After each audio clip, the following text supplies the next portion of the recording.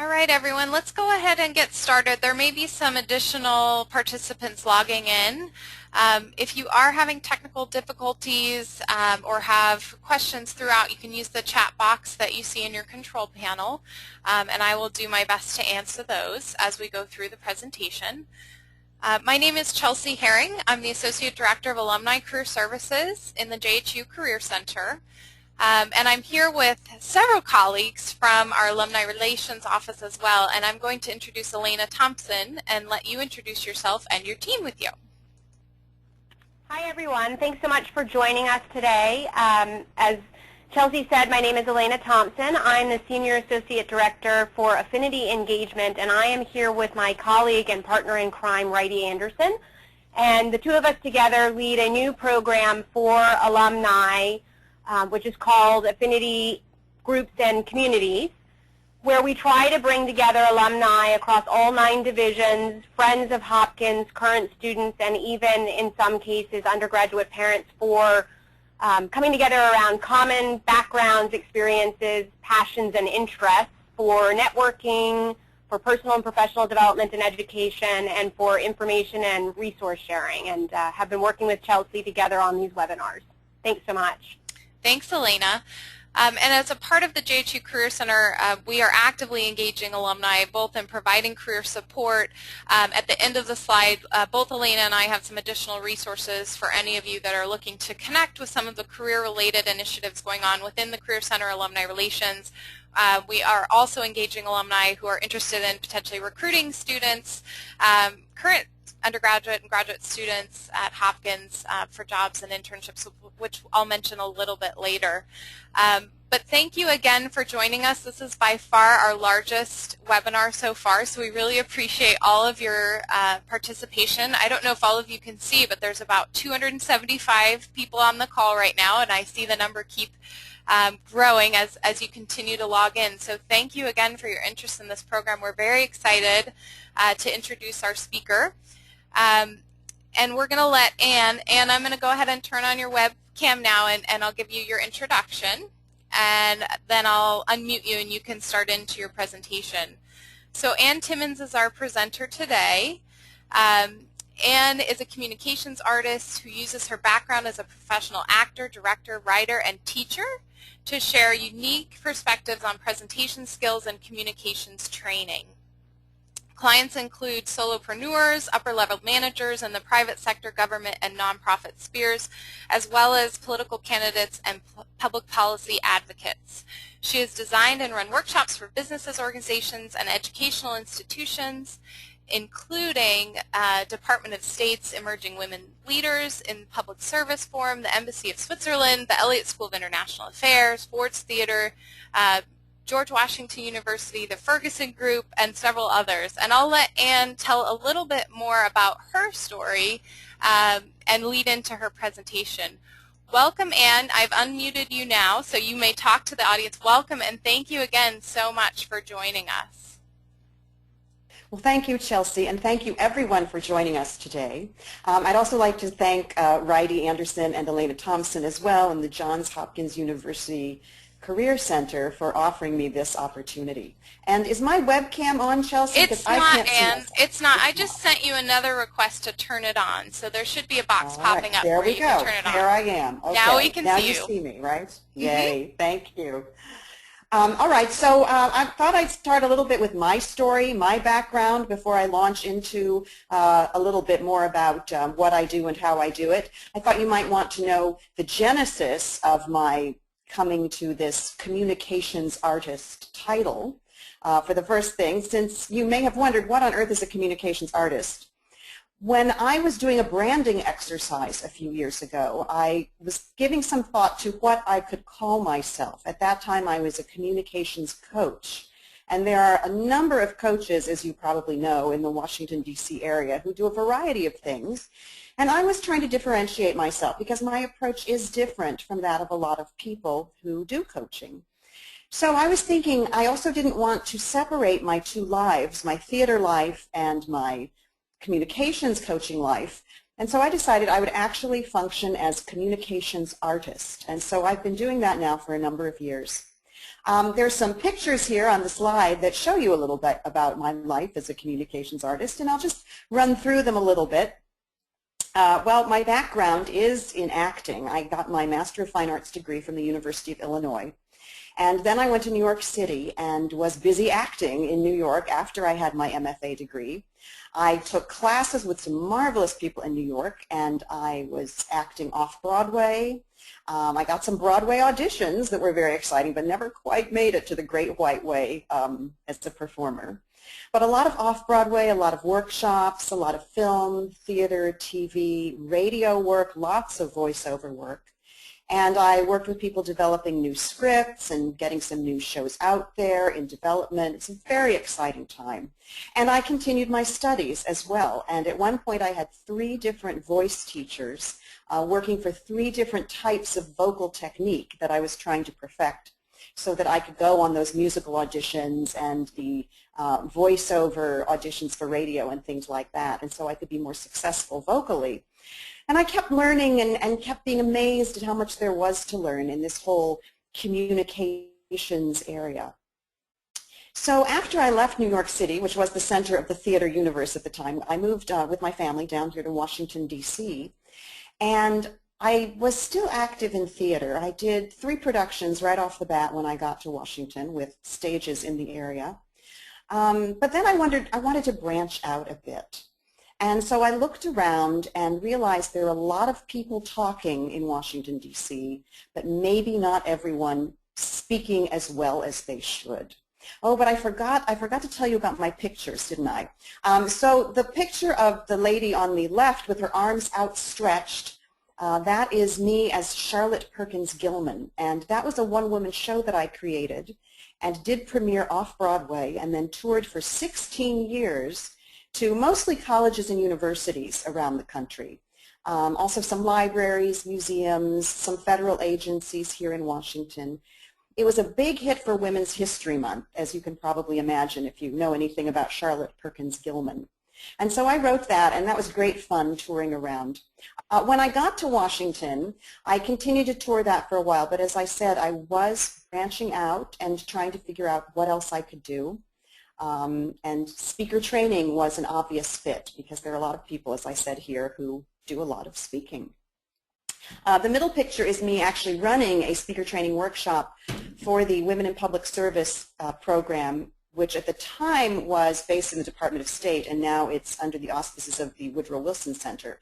But I was an early participant in that, and I helped some of the emerging women leaders with their communication skills. And I believe that particular workshop was at Wellesley College, which is my alma mater, so it was thrilling to be there and be part of such an exciting program there.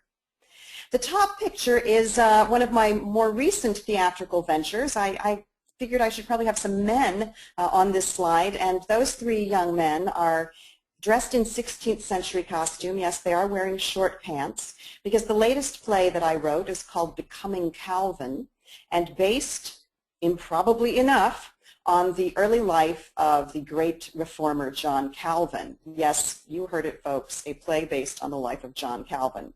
It was a very exciting project to work on, to develop with the professional cast here in Washington, and now I'm marketing it to theaters around the country.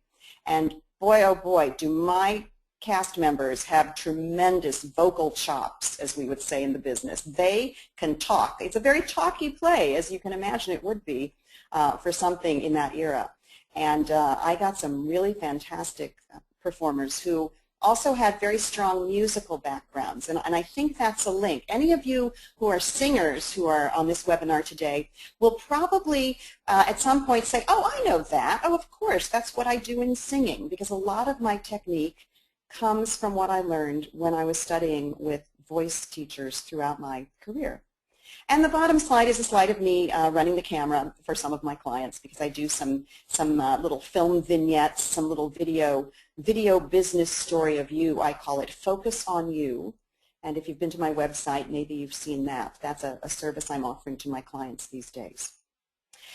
Anyway, where was I? I'm here in Washington, D.C., and as I said, a lot of people speak here. And the more I work in this market in Washington, the more I realize there is a tremendous need. Often people don't differentiate between what I do, the speaker training I give them, and media training, which is different. There is some overlap.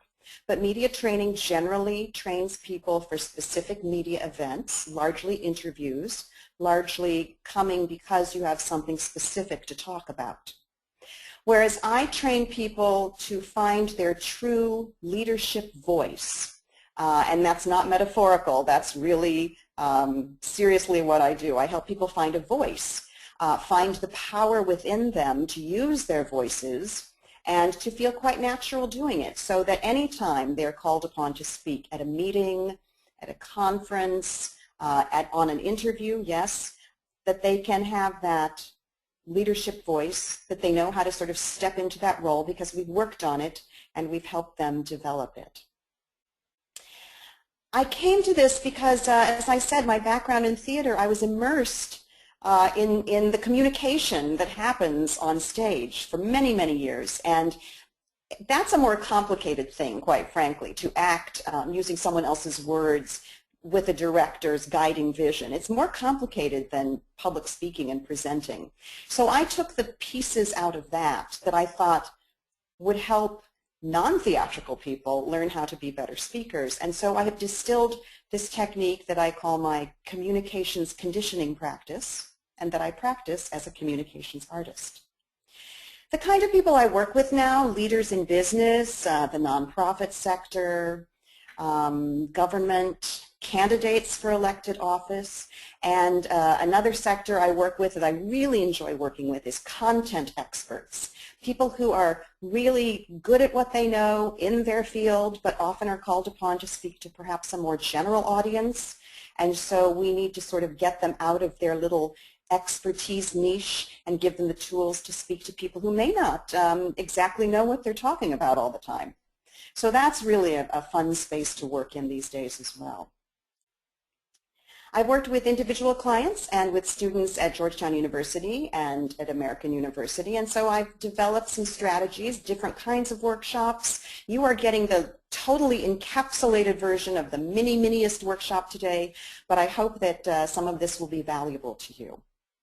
All right, I think I have talked long enough, and you've looked at this one slide long enough, all these pictures of me. I hope some of them resemble each other. I think perhaps they do. And I think we're moving on to the next slide now, Chelsea, because we have some polling questions coming up. Yes, I'd like to find out something about you. I'd like to find out who's on this call, and so if you can just answer these polling questions, and I'm going to be looking at what's coming up here. Poll in So all of progress you will see a poll coming up, and you can feel free to respond. And Ann, it just takes a few seconds for it to populate, and then I'll share so the entire group can see. Exciting. So the first question is, what is your age? Feel free to, looks like a few of you are still responding, and let's go ahead and share the results here.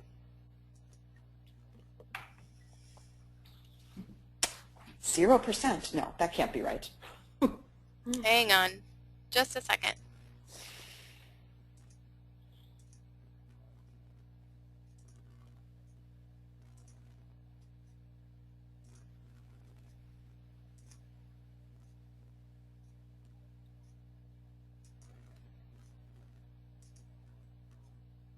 Okay, go ahead and try this again. For some reason, we're having a little bit of a hiccup here.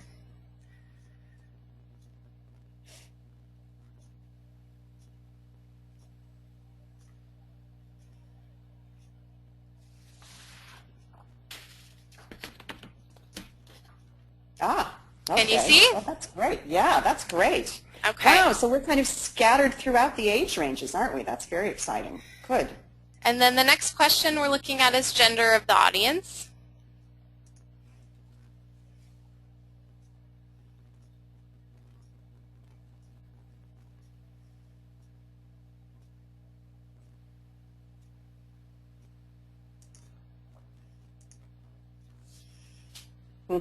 Okay, good. Okay, next is which category best describes your career level?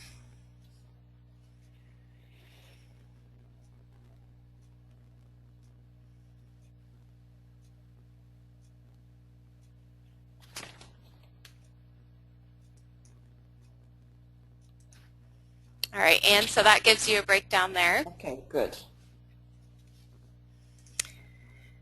Next question, has a fear of public speaking limited your personal or professional success? And then we're asking you to say yes or no here.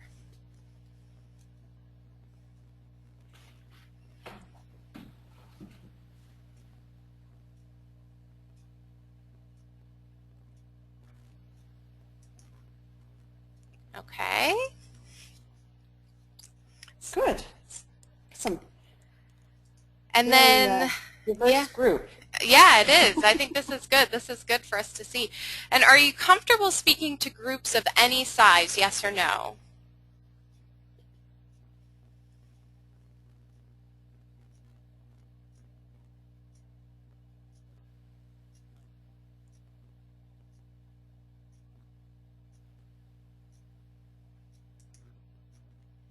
So 56% of you are saying yes and 46% saying no. So that one we're a little split on. And then finally, do you enjoy the act of public speaking? Or do you want to enjoy the act of public speaking more? Yes or no? So this is good. I get to see these as they come in, which is why I chuckle. So let me share this one with you. I think we all can agree yes. Okay, Ann, so those are our poll questions. Okay, great, great.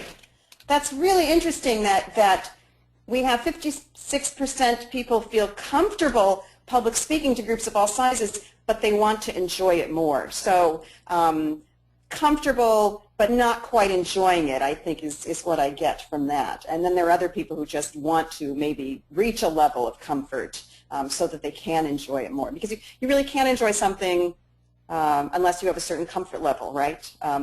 So I think that's a good place to springboard from. Okay, so, well, there is no magic wand. Oh, I'm going to do an exercise, actually, Chelsea. But you know what? We'll do this slide first, and then we'll do the exercise. So okay. Exercise led by Ann. Okay. I'm going to do an exercise in a minute, but there is no magic wand. I think I'm going to go to my next slide. I can't just wave a magic wand to give my clients a book or a workbook to read that guarantees them success. And I think those of you who do feel comfortable public speaking in groups of all sizes probably know this. You've probably worked pretty hard to craft your own technique and to get your own stuff that you need to get. But there are general guidelines that I can give you and rules that do apply to pretty much everyone. And since I said this is sort of a mini encapsulated workshop today, that's of course what I'm dealing with. There is no magic wand. I wish I had a magic wand. I'd probably be very rich if I had a magic wand. But I'm going to give you some strategies today that you may already be practicing, those of you who feel that you have some expertise in speaking. And so if you're already doing this stuff, great. Just keep doing it. And to those of you to whom this may be new, I'm hoping that you can implement it starting this afternoon and pretty quickly see some results that will help you feel more comfortable speaking, help you so that fear of public speaking won't be holding you back, and ultimately helping you enjoy the act of public speaking, or even just speaking in a small group around a meeting table. Hopefully you can start enjoying that more as well. I think of these as a roadmap to your success. So there is no magic wand, but there is a roadmap to your success. And to set you on your way and point you in the right direction, I'm going to give you today 3 handy but not so easy tips for communicating as a dynamic leader. But before we go to that slide, I'd like to go back and do our exercise. And Chelsea, we can just stay on this slide, okay? We don't have to go back to the slide that references my exercise because that's all it says. So I want those of you who are not driving to do this with me. And if you are driving or doing something with power tools or something else that your hands are needed for, you are not going to be able to do this exercise. But if you are sitting and watching, you can do this exercise with me. And if you're standing and have access to a chair, you could do this exercise with me. So the first thing is you lace your fingers like this. Then you put them behind your head. So you're sitting back in your chair with your hands behind your head, and lean back in your chair and let the back of the chair and your hands support the weight of your head. And close your eyes. This is why you can't do it while driving, obviously. Close your eyes and breathe deeply. And just let that breath drop in very low. You're going to feel the breath coming in deep and low. You're going to feel your abdominal wall expanding, which is absolutely as it should be.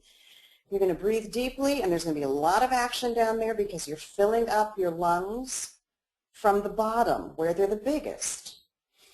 Taking a deep breath, filling up your lungs, just relaxing, being aware of that movement and the breath, the deep, deep breath filling you up.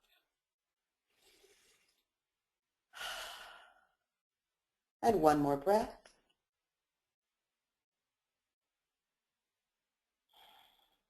Okay, you can unlace your hands and sit up straighter if you want, or you can just keep sitting back in your chair. Breathing is fundamental, and that's why I start with this exercise. It's fundamental to your speaking. It's fundamental to life, obviously. It's fundamental to everything you do from the minute you wake up. And yet, as our day goes on, we forget to take those deep, deep breaths. We often take those shallow breaths, kind of catch breaths, panic breaths. The deep breathing is really important, and we will be getting that. Here's a good segue. We'll be getting to that, I believe, on the next slide, which tells three handy but not so easy tips for communicating as a dynamic leader. And the very next one is to decrease nervousness, present from a state of relaxed energy. You may say, how on earth do I do that? What does that mean? We're going to talk about that now. Nervousness is the #1 reason that people come to me. Most clients don't actually say, I'm so nervous when I speak, I can hardly speak, although a few have. But most of them say, well, I wish I could feel more relaxed. I wish I could enjoy speaking more, which a number of you did actually on the poll. Or some people say, I wish I could command the room when I speak, really feel like my speech is going out there and touching everyone. And this all comes back to how relaxed are you when you're speaking. And so I like to tell my clients they need to reach that state of relaxed energy. And deep breathing is probably the quickest way to get there. It keeps you centered. Now, those of you who practice yoga know this, right? And those of you who sing know this as well. And anyone who maybe plays a wind instrument or a brass instrument or runs or swims knows the importance of the deep breathing to keeping you centered, keeping you focused. Again, you have to understand that the breath is filling you up from the bottom. It's not that shallow upper chest panic breath. You know, you grab a breath while you're speaking in between your paragraphs, and before you know it, you're in full panic mode because you've been taking quick panic breaths. So allow yourself time to take that deep breath. It's going to keep you focused. It's going to keep you centered. The second point to bear in mind is that effective speaking is a physical activity, much as running or swimming or playing a brass instrument or singing. These are all physical activities, and so is speaking. Breath is to the voice like fuel is to the engine. If you don't breathe, your voice doesn't work. Well, you can sort of speak without breathing, and then you sort of sound like this, and sometimes I even hear people on the radio who sound like this, and that happens when you're not breathing. And when I hear someone who sounds like that, and I think it's true of many people, you think, is that person well? Because it doesn't sound like that person's well. The person has an unsupported voice. You may be fine. You may just not be breathing. But it goes to your credibility, and you certainly cannot speak like a leader when you're talking like this. So you really need to keep breathing when you're speaking. The voice needs the breath to make it run.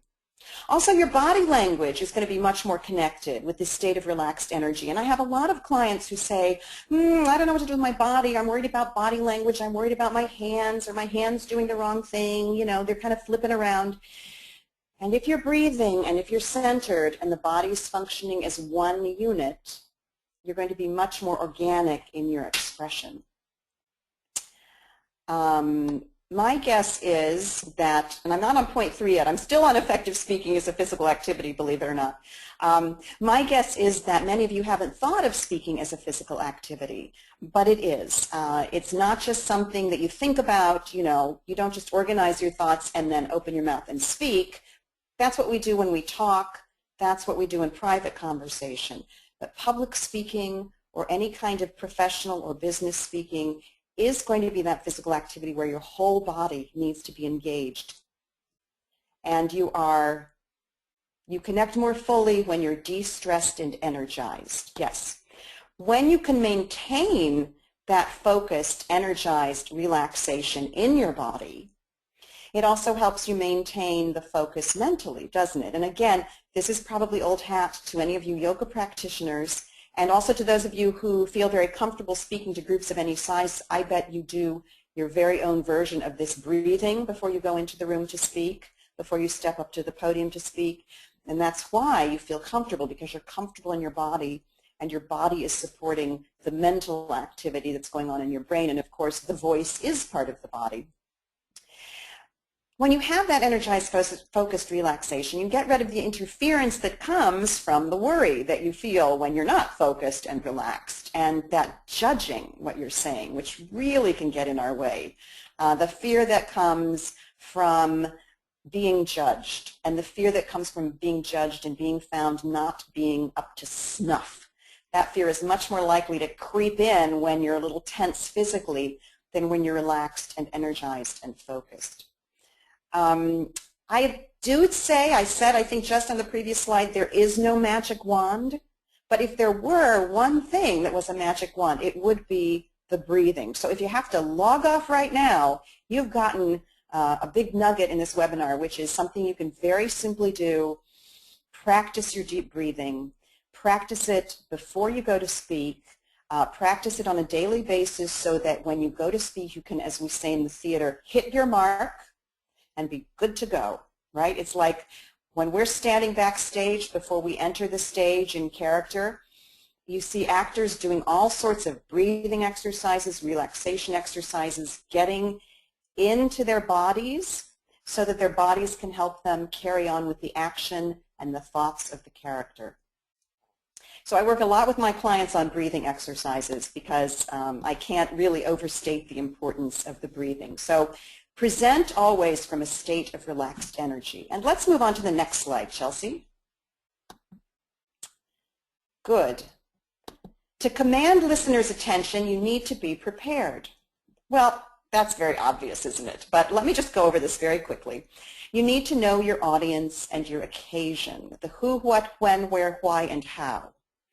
And if you think you know the answers to who, what, when, where, why, and how, jot them all down, because it's important to have all that information even as you're crafting your message. As you're writing your speech, you need to know who you're writing it for, what the occasion is you're speaking for, why you're speaking, all those things. And if you don't know how big the audience is, who they're going to be, ask the person who's organizing it.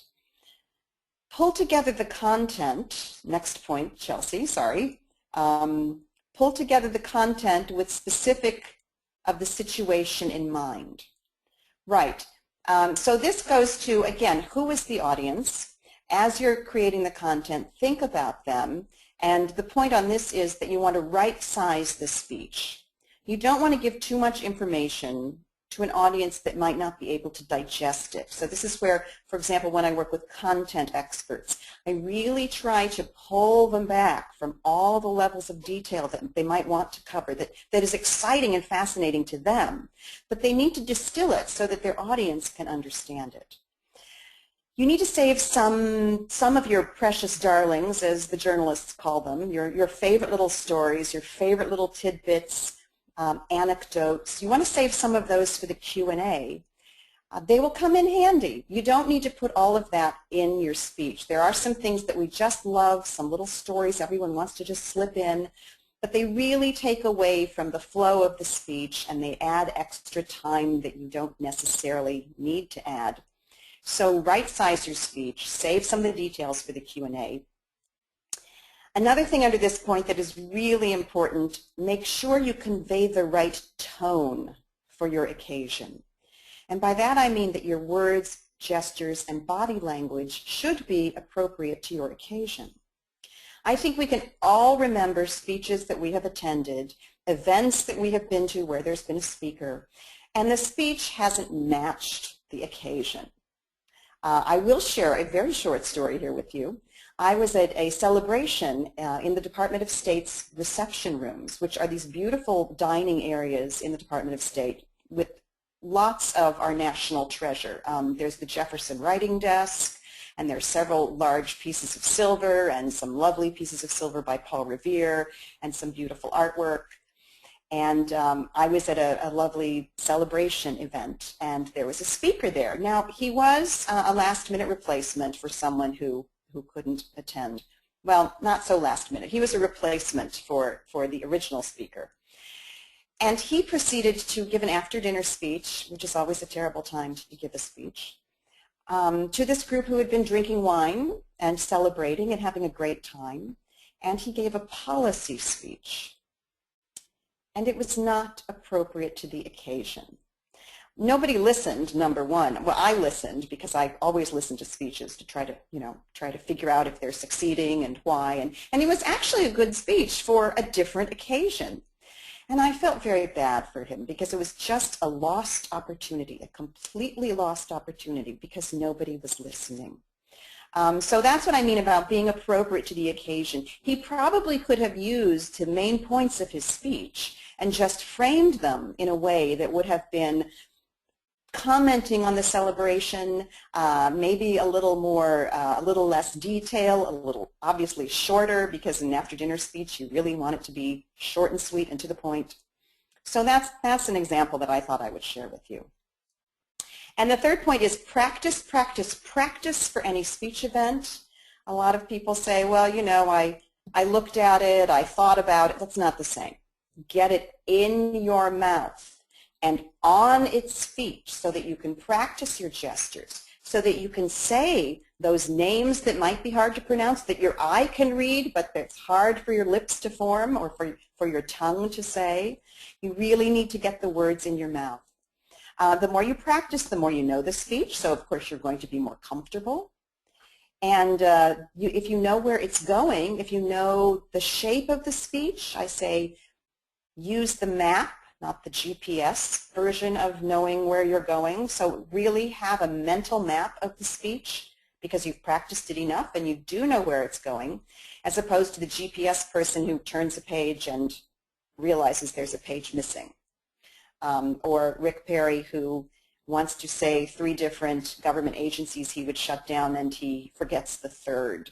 You know, I wonder how often he had practiced those talking points if he can't remember the third point, which brings me to my next point under practicing for any speech event. Oops, sorry, I'm still on this slide. I'm sorry, Chelsea. Even if you have practiced, you need to take your notes. They might just be bullet points on a 3x5 card. You may never need to look at them, but have them somewhere with you so that you don't forget the third thing that you're going to name and stand in front of national TV looking like you don't know what you're talking about. So just practice so you know it, but then take your notes as a backup. And now, Chelsea, we will move to the next slide. Thank you, which is to achieve a greater connection with your audience. Yes, stay in the moment, absolutely. In the moment is actually a term that we use in theater that we've used for a long time. And in communications conditioning, I tell my clients that it really is all about focus, and it's about being aware of the communications loop. And for anyone who didn't take Communications 101, or if it was a long time ago when you took it and you've forgotten the communications loop, I will remind you. I am the speaker. You are the listener. I speak and transmit a message to you. You receive the message and then transmit your feedback back to me. And so instead of the conversation being one-sided, as if I'm pushing information at you and you're just passively receiving it, there's the idea that it's a loop, that all communication is a loop. and it's dynamic, and it's fluid. And this is what makes webinars so hard, because I'm not seeing anyone's reactions or getting anyone's feedback. I'm imagining that some of you are sitting there and writing things down and nodding and smiling, and so my imaginary audience is giving me great feedback. But communication loop is really important. Remember, it's about the message, it's not about you. This is something that also helps you feel oddly more comfortable, because you're not going to be worrying so much if you're having a bad hair day, if it's really about the message that you are conveying. So take some time, again, to practice the speech so that you can be clear on the message. I think a lot of people spend much more time thinking about their wardrobe or how they're going to do their hair than they do about the actual speech itself. And the fact is, yes, people do judge you immediately on your appearance. But if you are very committed to your message, and if you have energy and you're conveying your message with conviction and with dynamism and with that leadership presence that we work on, that's what's going to stick with people. People remember how you make them feel. They don't necessarily always remember how you looked on a particular occasion. So it's about the message, it's not about you. You need to trust your text, silence the inner critic or the inner diva.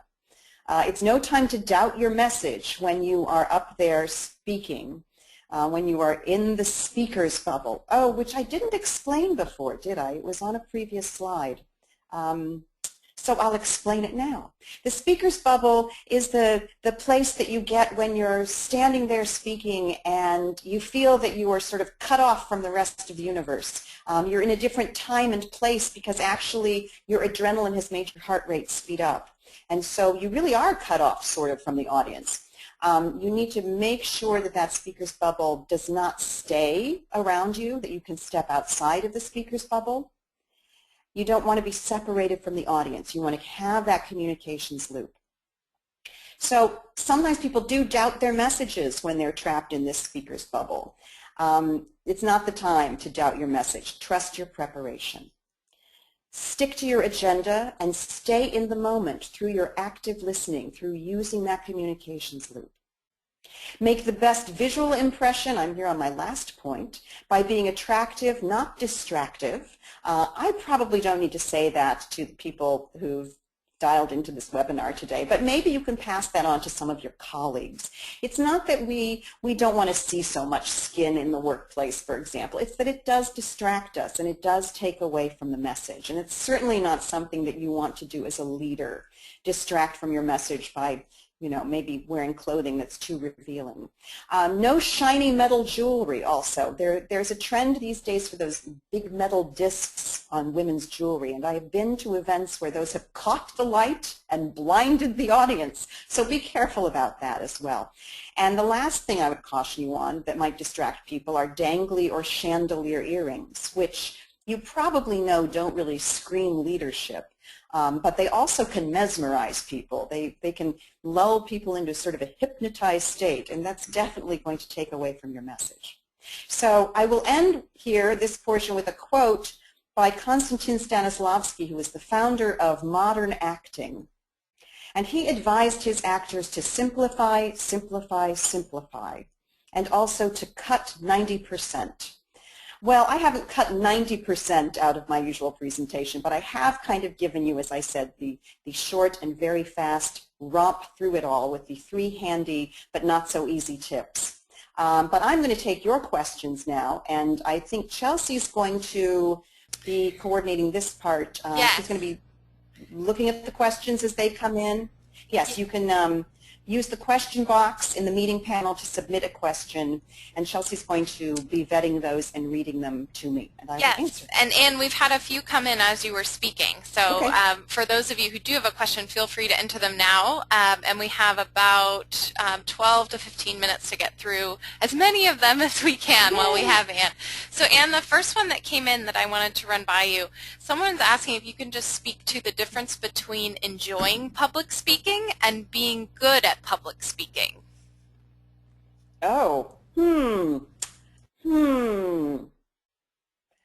That is an interesting question. I think enjoying public speaking happens when you're in the moment, when you are not judging yourself while you're doing it, and while you are really feeling that level of engagement that comes from being connected to your audience, that comes from really feeling the energy in the room and feeling that you're a part of that energy.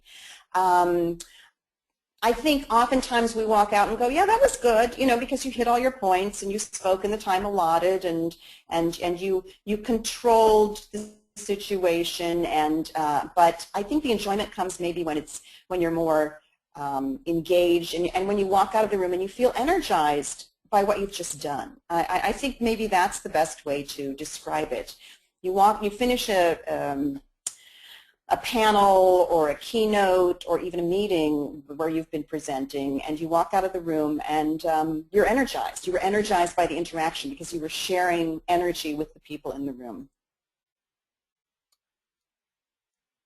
The next question, Ann, the next question is, and just to chime in as I'm going through, it sounds like some of you were having issues seeing some of the slides on and off, so I'm not sure. From my view, it looked like everything was running smoothly. And Ann, were you able to see all of the slides as you were talking through?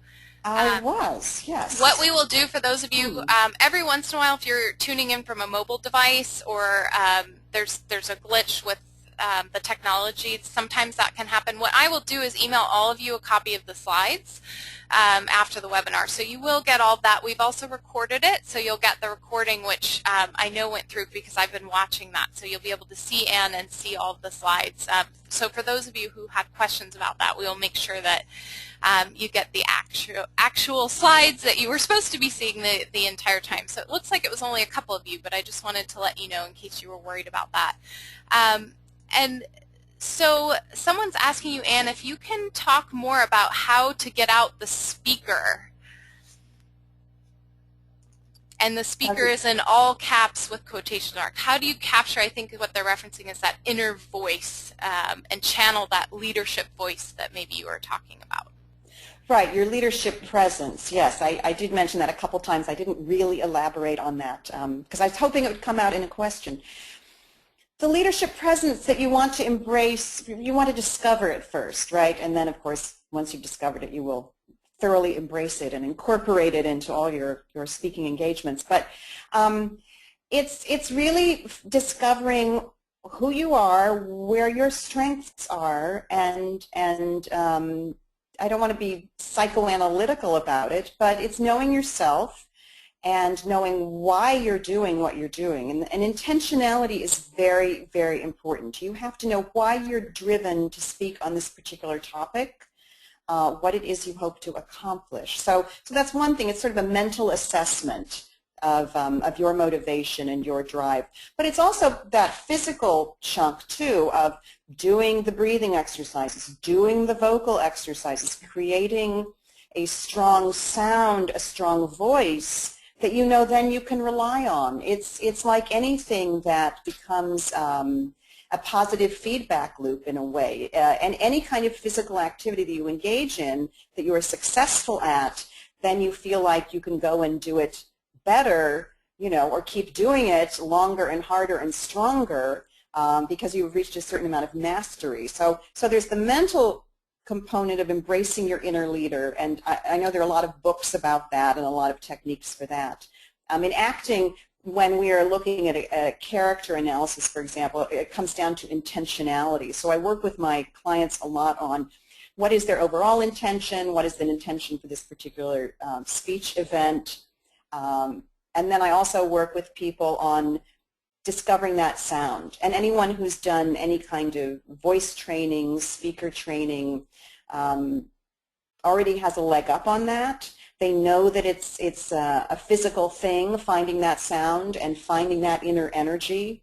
And the energy and the sound together help you become that leadership speaker persona. It gives you that, that presence. When you walk into a room, you feel like you're taking the room, taking the stage. I'm not sure if that answers the question. I hope it does. I think I kind of danced around it because I'm not entirely sure what the question was asking, so I do hope that I hit something there that was useful.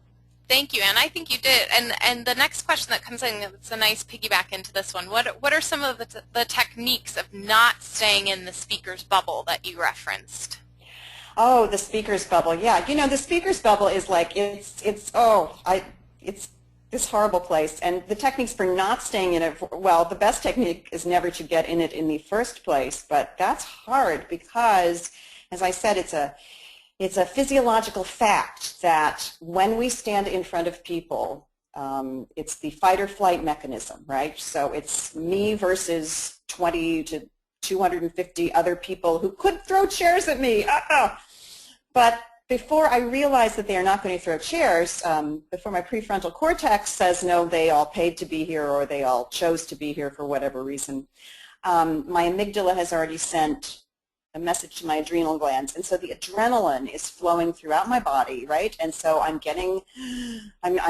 probably also taking panic breaths. None of this is helping my heart, which is beating faster. So I would say the best way to stay out of the speaker's bubble is never to get in it, but the fact is if you are standing in front of people that you have not developed bonds of trust with, it's different if you're in front of people you know. But if you're standing in front of people whom you don't feel that you know that well, you are always going to very nearly slip into the speaker's bubble, if not at least step in there briefly. So the best way to counteract this is to breathe deeply. And it's very good to practice breathing and smiling and nodding as you're walking up to the podium. That's a really good place to just step out of the speaker's bubble before you get to the podium. If you can smile and breathe and nod and maybe wave, I don't know, so that by the time you've gotten there and you thank whoever is introducing you, and after you thank them, you take another breath. So you really need to kind of practice integrating breathing into the very beginning of your speech, and then 2/3 of the way through, that speaker's bubble is going to trap you again. It doesn't seem to matter how long the speech is, but it's usually 2/3 of the way through as you can see the light at the end of the tunnel, and you have that thought, oh, I'm free, this is going well, yay. It's going to come up and rear its ugly head again. So about 2/3 of the way through on your notes, right, breathe, breathe, breathe, and take your time, and hopefully you can avoid the speaker's bubble trap. But even if you're in it, you know, there's nothing that says you have to stay there. So you can get yourself out of it by breathing and just being aware that that's what has happened, and checking yourself and actively trying not to stay there, breathing, slowing down, just generally relaxing.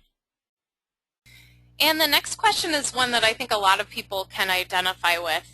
The person wrote in that they're really not comfortable speaking without reading from prepared notes. And do you have any, do you have any suggestions for getting more comfortable with my speaking? Prepared notes are great. There are people in the world who are word people, and there are people who are not. But those of us who are word people who craft the specifically fabulous line that we want to say, and I'm a playwright, so I understand this. If we don't have that there to read, then we try to remember it and we have brain freeze, and that's really bad. So if you're a word-for-word person and you need to read it, that's fine, but you do have to practice it. Now, 7 times is what I tell my clients to practice. 7 times is like the golden number. The first couple times you're editing it, right?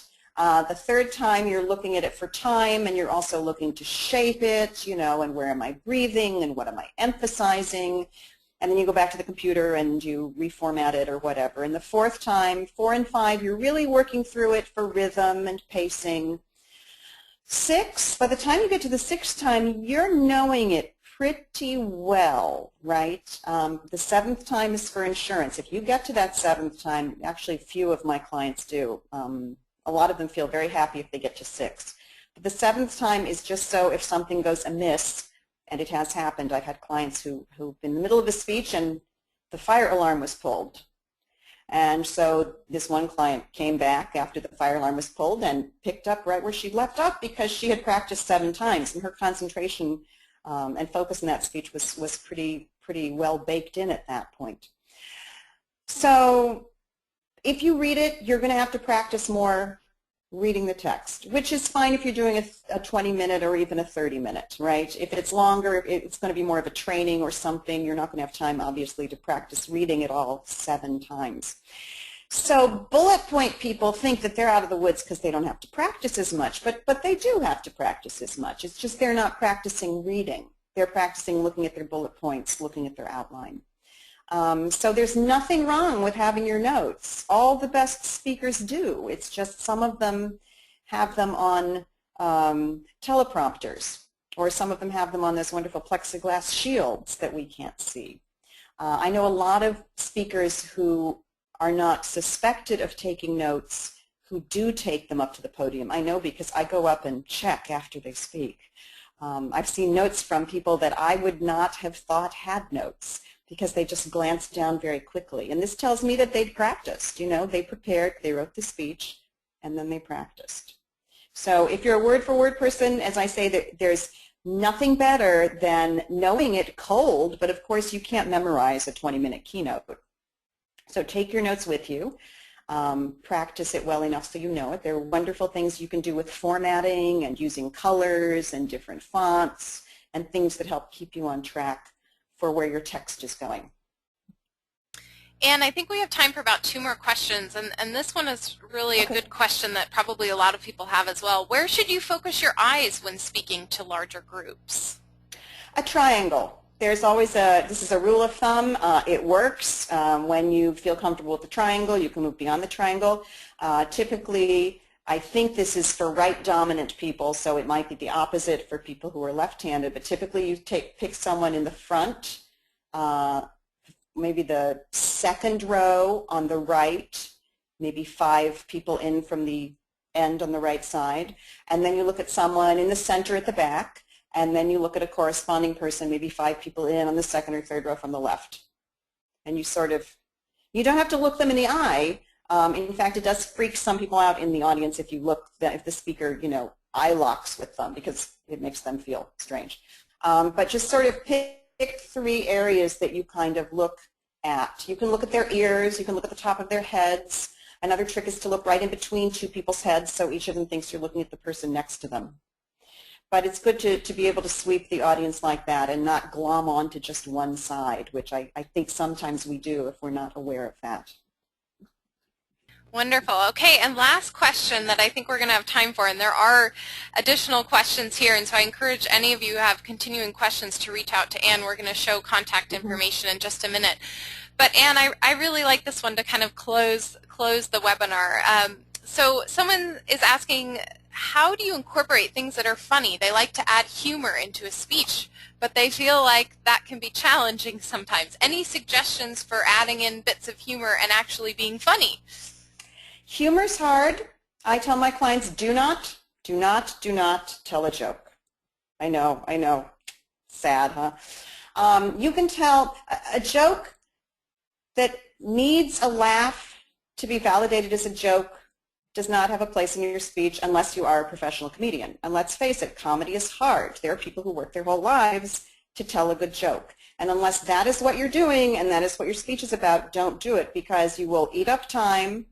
You will kill your credibility at whatever it is you do if your joke fails. You may never know your joke fails because people will feel compelled to laugh. You can tell a humorous or lighthearted story, yes, if it serves your message, but don't just throw it in because you think it's funny. Because as I said, while humor is highly personal, it's highly offensive to people because it is personal, and there's usually a group that is a butt of a joke, which is why you shouldn't tell a joke, because it's going to offend someone. A classic joke depends on there being a butt to the joke, and that butt of the joke is going to be offended and probably in your audience.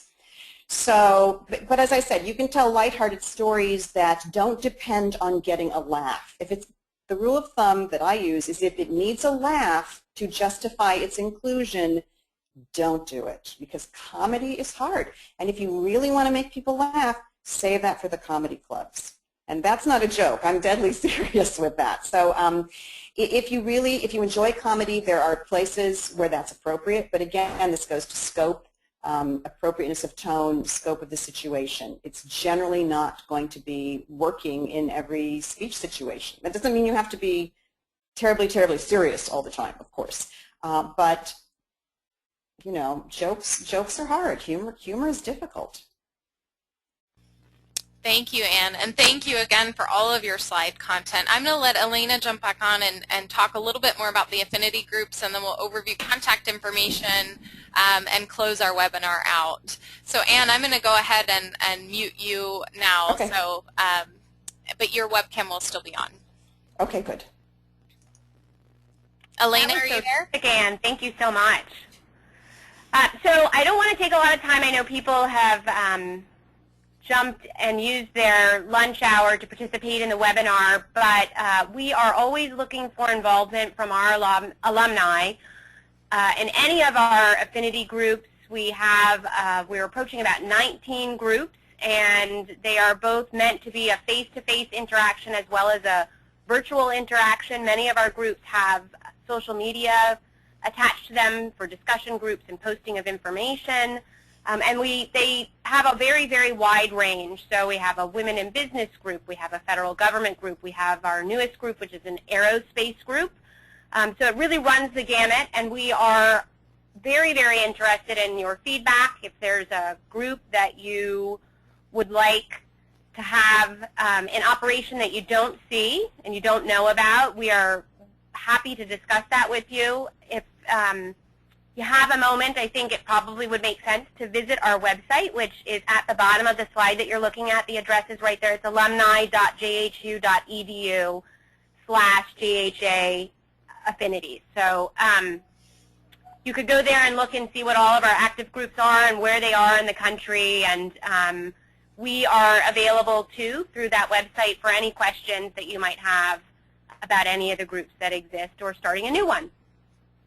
And I've also put the link for JHU Alumni Career Services. There are several career centers working under the Hopkins umbrella, so depending on the program that you graduated from, there are different levels of service, and you can find out more information about that, or you can contact me. If any of you are interested in actively maybe recruiting interns or full-time employees as alums from our student population here at Hopkins, we're happy to facilitate that process, and you can email me directly or email recruit@jhu.edu.